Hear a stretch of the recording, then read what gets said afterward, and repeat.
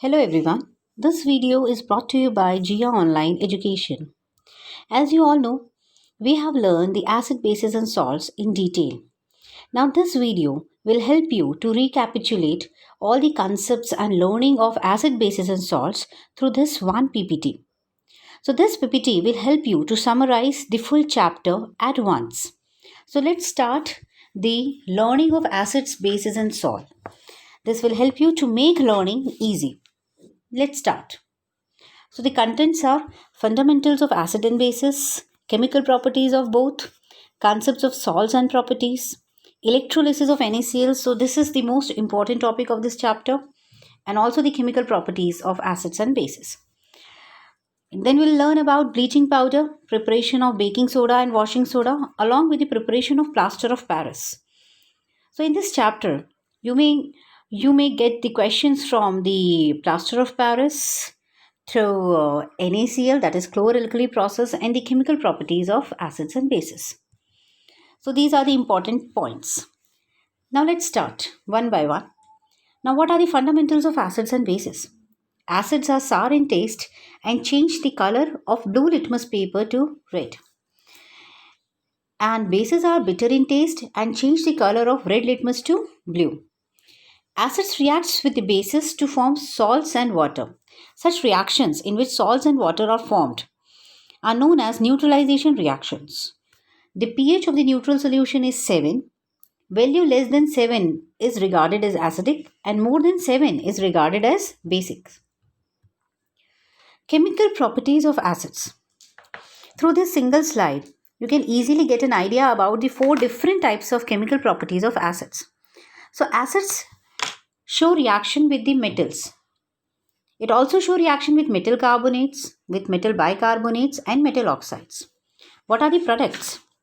When it reacts with metals, it forms salt and hydrogen gas.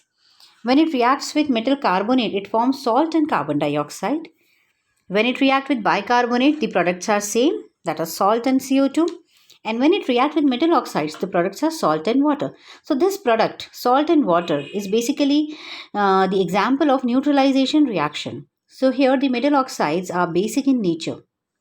And you can see the products of carbonates and bicarbonates are same. Now let's start the learning of chemical properties. So here you can see the reaction of metals with the acids. First, sodium, when reacts with acid, it forms salt of sodium, that is sodium chloride, and releases hydrogen gas. Iron, when reacts with acid, forms iron salt and releases hydrogen. Magnesium reacts with acid to form salt of magnesium and hydrogen gas. Aluminium reacts with acid to form the salt of aluminium and hydrogen gas. Now let us see how acids reacts with metal carbonates and bicarbonates. The products are same in both the cases. Now let us learn.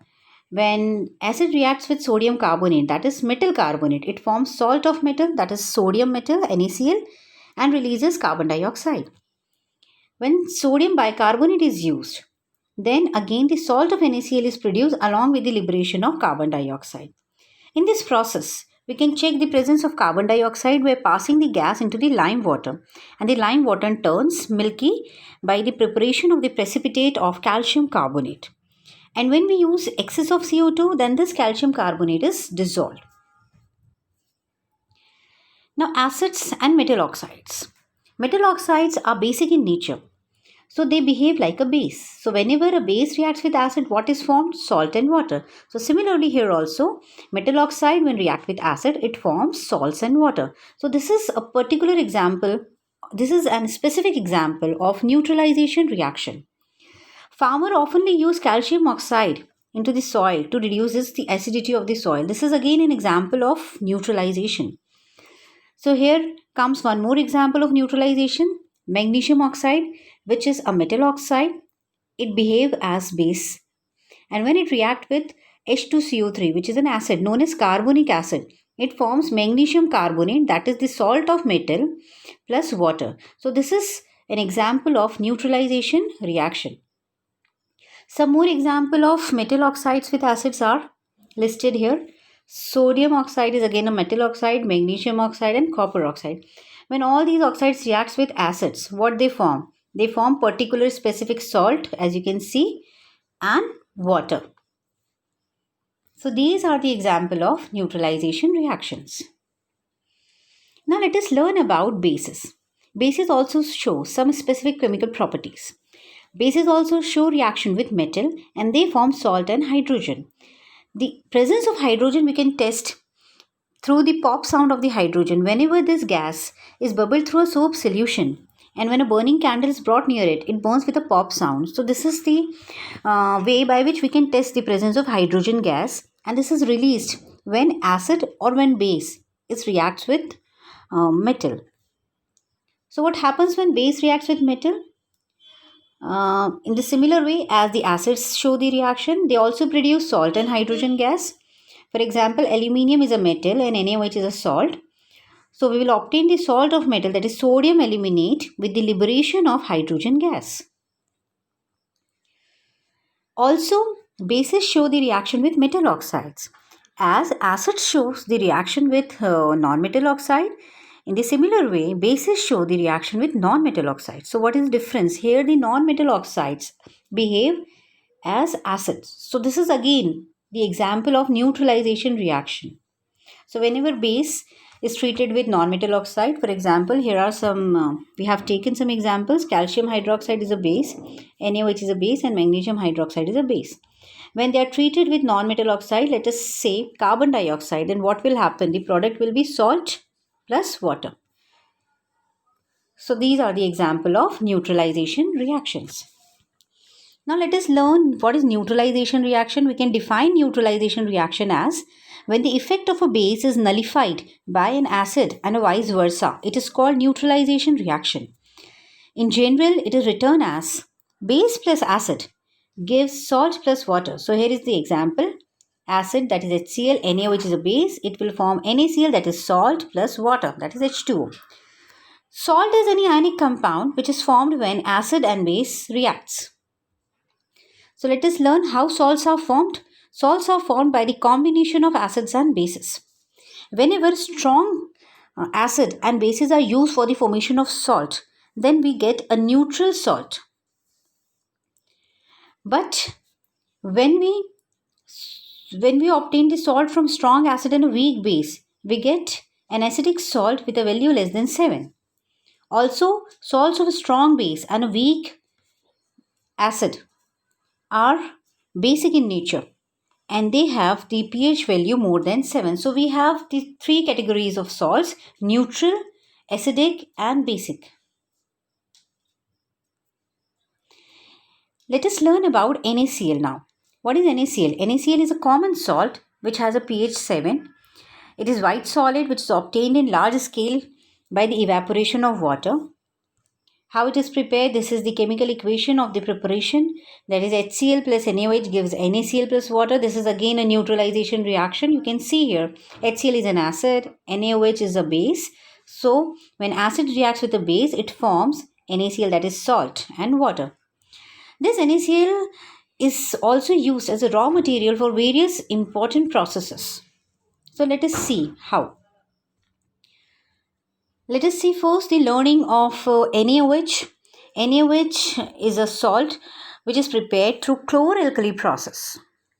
And one of the important ingredient in the preparation of NaOH is NaCl, that is brine. So how it is prepared? You can see here. NaCl, when hydrolyzed, that is when it's treated with water in the presence of electricity, it decomposes to form NaOH plus chlorine plus hydrogen gas.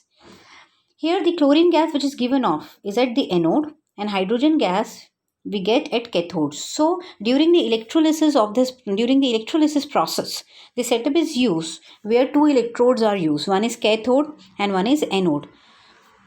Sodium is collected at cathode where it reacts with water to form NaOH. You can see here all the three compounds are very useful. That is NaOH, it is used as a salt, chlorine and hydrogen gas, they are the byproduct for various other important industrial products. So here is the overall reactions of electrolysis of brine, that is NaCl. NaCl during electrolysis decomposes to form Na plus Cl. At cathode, sodium reacts with water to form sodium hydroxide and hydrogen gas. So both these products are at cathode, whereas at anode, chlorine atom reacts with each other to form the molecular chlorine and given off as a gas. The overall reaction may be written as NaCl plus water produces NaOH plus chlorine plus hydrogen. So this is very important as exam point of view. Now bleaching powder. This is another very important compound which is produced through brine, that is NaCl. Bleaching powder is a calcium oxychloride. It is very important industrial product. It is prepared as calcium hydroxide plus chlorine produces calcium oxychloride plus water. So here you can see that chlorine is used for the preparation of bleaching powder. So from where this chlorine is obtained? Yes, this chlorine is obtained during the electrolysis of NaCl. So hence this is a two-step process. That is first the preparation of chlorine by the electrolysis of NaCl, and this chlorine when reacts with the lime, it produces calcium oxychloride, that is bleaching powder. Bleaching powder is a white powder which gives strong smell of chlorine and it is soluble in cold water. Now what is baking soda? Baking soda is commonly used in kitchen. Sometimes it is added for faster cooking. Its chemical formula is NaHCO3. It is again prepared by sodium chloride. So the overall chemical reaction of this is NaCl when treated with water, carbon dioxide and ammonia.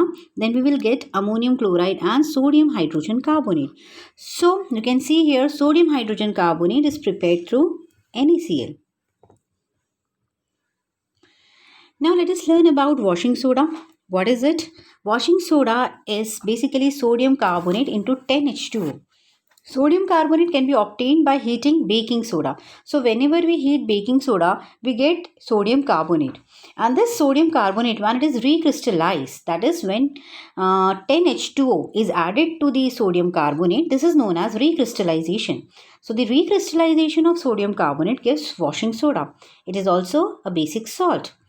So this is again is produced through the NaCl because we get baking soda through NaCl and through baking soda we get washing soda. So again this is a two-step process. Let us learn about its preparation. This is sodium bicarbonate which is obtained through brine, that is NaCl. It decomposes to produce Na2CO3, that is sodium carbonate. The recrystallization of sodium carbonate produces washing soda. Now, what is plaster of Paris? This is the last topic of this unit. Plaster of Paris is the hemihydrate of calcium sulfate, that is CaSO4 into half H2O. How it is prepared? It is prepared through gypsum, that is calcium sulfate into 2H2O.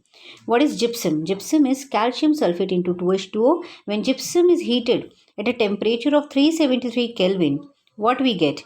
We get calcium sulfate into half H2O. This is the plaster of Paris. It is a white powder. But when gypsum is added above 393 Kelvin, that is at very high temperature, then no water of crystallization is left. That is, this half H2O is also burnt at very high temperature. So in that case, we will not get POP. Rather, we will get dead burnt plaster. So this temperature is of significant use. So if we change the temperature, the products are also changed. So for getting plaster of Paris, you will have to learn the temperature, specific temperature, that is 373 Kelvin. When POP is mixed with water, it changes back to the gypsum. So this is the reversible reaction. That is when gypsum is heated, it forms calcium sulfate, hemihydrate. And when again this is treated with water, we will get back gypsum. This process releases large amount of heat also. So this is how we have recapitulate all the concepts of acid, bases and salt through this single PPT. Hope you all have loved it. Thank you.